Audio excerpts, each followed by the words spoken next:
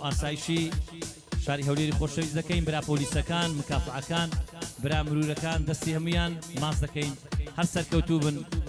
خدا ئاگاداریان بێ ئەمە بۆوان سەربرندی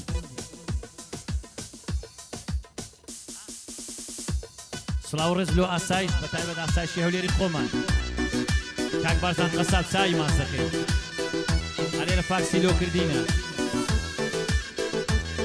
سپاس بۆ کاک سەنگەر عازی و مامۆستا بڕهان و کاکە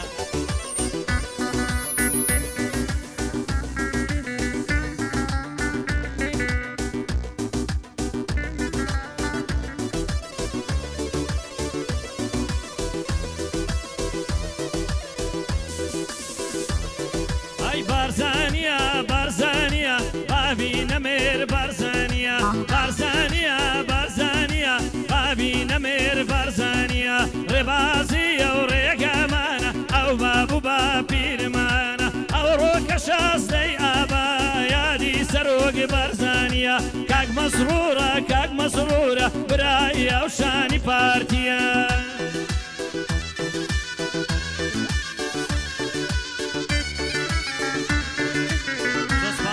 خۆشەویستمان کاکەڵمەندمەندێک کاکەڵمەند زۆرمان دیە لەگە هونەرمەندان بەتایبەت لەو پارتی بارزانی سپاسی ئەو هونەرمەندان کاکدانی و کاک عوسمان و کاک کەرکوچیەکان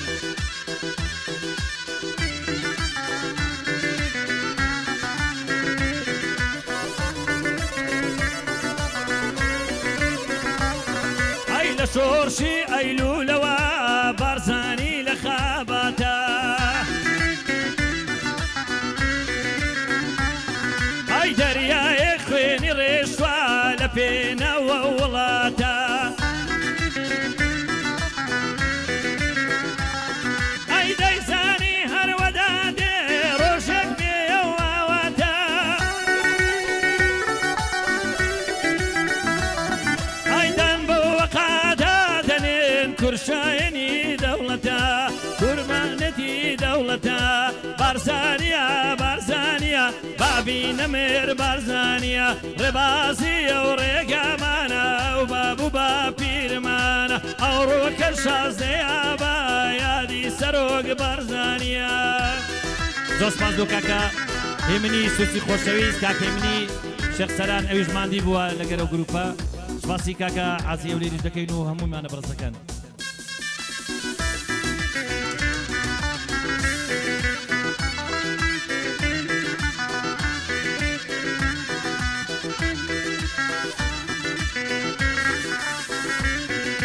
شێرە سوارێک پەیدا بوو خۆشی خستە کوردستان تەمانی 2 ساڵان بوو شێر بریان بۆ زیندان هەردەم لە خاباتدا بوو ئەو سەر قەفلەی شەهیدان ئەی هەموو کوردی ڕزگار کرد مەلا مستەفای بارزان ئێستا لە زەیتی سەرۆک خۆمی دەکەم بە قوربان ئێستا لە زەیتی سەرۆک خۆمی دەکەم بە قوربان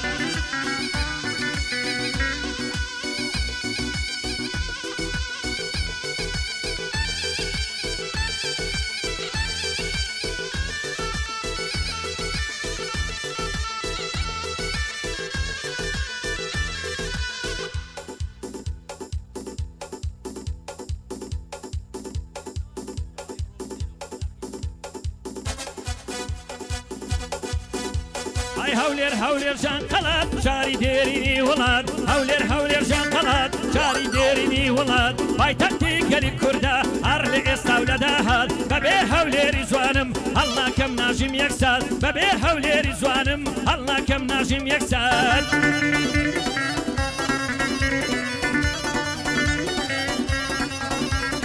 قەڵا ڕەمزی کوردانە مەڵبەندی شاعرانە وەتیشان لەو جیهانە پایتەختی کوردستانە شاری هۆلا کۆشکێن جێگای مەرد و مەردانە کۆتیشان لەو جیهانە پایتەختی کوردستانە بە سەد نەرویزی نادەین وەڵڵا ئەو کوردستانە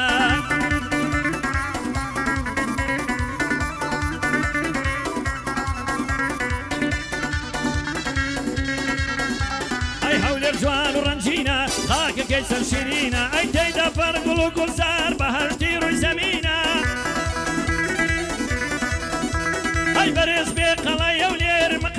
وەکسای سەفینە ئەی دانیشتوانی ئەو شارە باش و مەرد و سەنجینە دانیشتوانی ئەو شارە باش و مەرد و سەنجینە ئەوە عوسمان حوسێنە لەلام وەکسای سەفینە ئەگە دانیش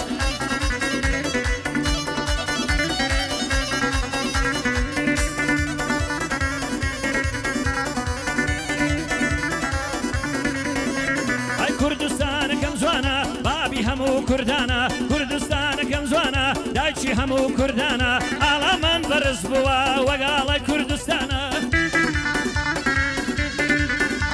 ئەی ئاڵامان بەرز بووە وەک ئاڵای وڵاتانە هەرخۆش من خەڵکی هەولێر لەو عێراق و ئێرانە هەرخۆش من خەڵکی هەولێر لە تاخری زەمانە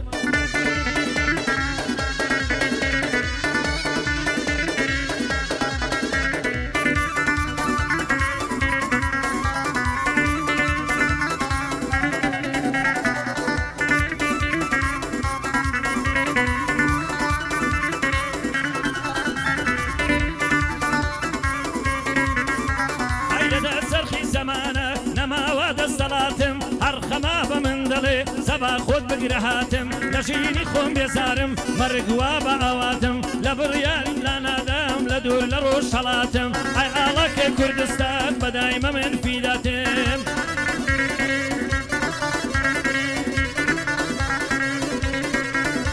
ئەی کوردستان کوا سنووری فەرق و جیاوازی نییە کوردستان کوا سنووری فەرق و جیاوازی نییە باکوور باش و ڕۆژهەڵات ئەدی ڕۆژاواتیە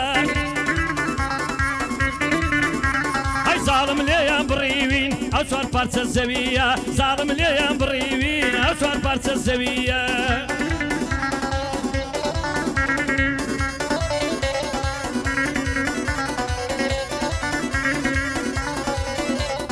بژی بۆ دێموکراتی بڵێن هەر بژی پارتی بژی بۆ دێموکراتی بڵێن هەر بژی پارتی چەند ساڵی بێدا بڕان درێژەیدا بە خەباتی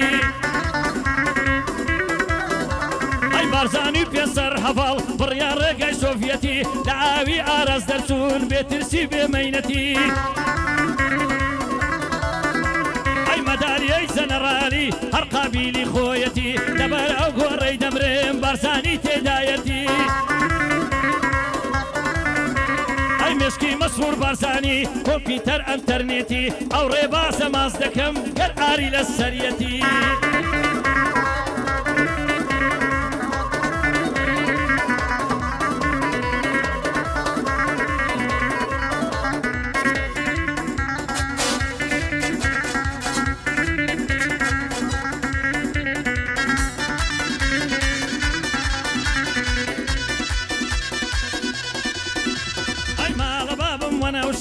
ئەو گۆرانیە پێخۆشە هەڵمەد منتێک دەدوێنم کوڕاچی گەرێک باشە هونارمە زۆر لێرەنا هونارمە زۆر لێرەنا عوسمان بەندی پێخۆشە سیدی درێژەی نادەمێ زۆر گوتن قورئان خۆشە زۆر گوتن قورئان خۆشە. سپاس بۆ هەموو ماربەرزەکان سپاس